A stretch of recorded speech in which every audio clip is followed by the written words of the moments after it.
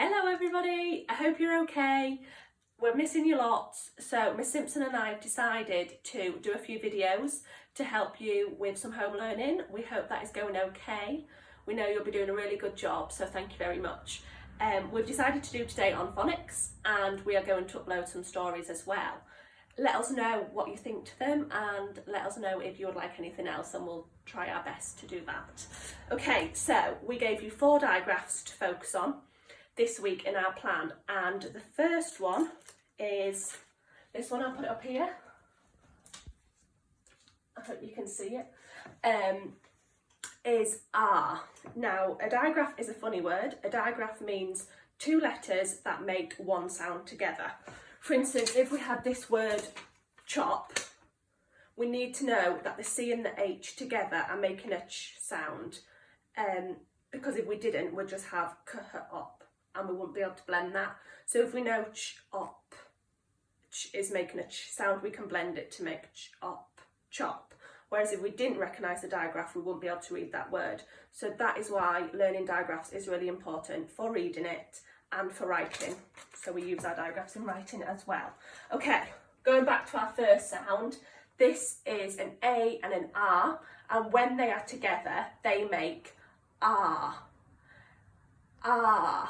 Can you all say that at home? Can you say it in a funny voice? Can you say it in a quiet voice?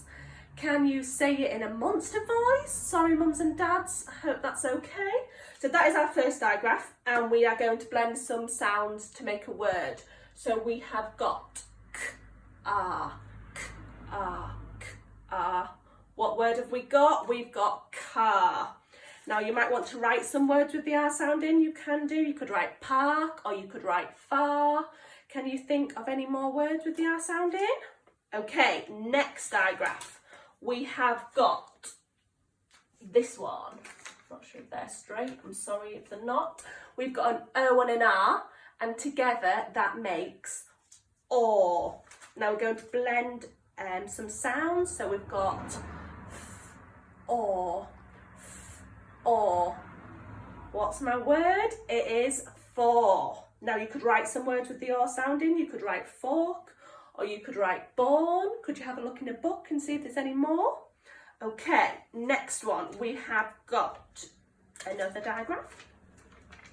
And this time it's a U and an R. And when those 2 letters are together, they become best friends. They become a digraph, and they make the word So we'll blend some sounds to make a word. So we've got b, n. B, n. What's my word? It's burn. Okay, you could write some words with that sound in. You could write curl, and you could write turn. And this is where phonics can get a little bit tricky, because there is also another digraph, an E and an R, that also makes Now the way I remember this and teach this is this tends to be in the middle of words, like in turn or nurse. And this word, digraph tends to be at the end of words, like in jumper or tower or runner. So those are our 2 digraphs. And when you get into year 1, you learn another one. So it gets even more complicated. Okay, our final digraph I gave you this week is this one. Now, this is another really complicated one, so I'm sorry about that, guys. In some words, like in these words, it makes a long sound. It makes an ooh sound. But then in some words, put these words up here, it can make a short sound. It can make an sound.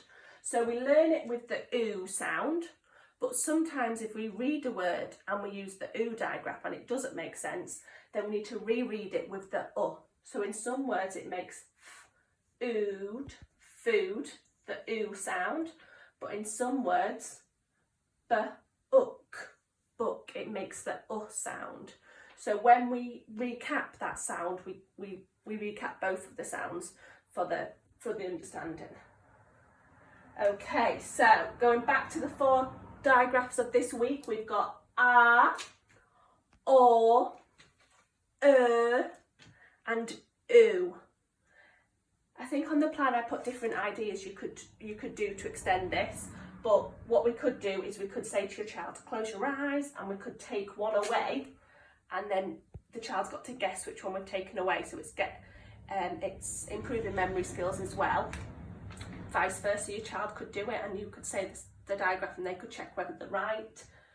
You could pick a digraph and hide it around the room, and you could get your child to find it and tell you what the digraph is.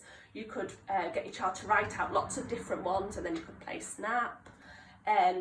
We played the 4 corners game in PE, so we put 4 digraphs in 4 corners and we warm up by running to that digraph. Lots of different ways you could make it fun and exciting for the children, but the aim is that they can recognise the digraphs to help with the reading and the writing. Okay, I hope that makes sense, and I hope that's helped a little bit with the homeschooling. Just to reiterate, we miss you all lots and we hope you're all okay. Keep safe, keep smiling.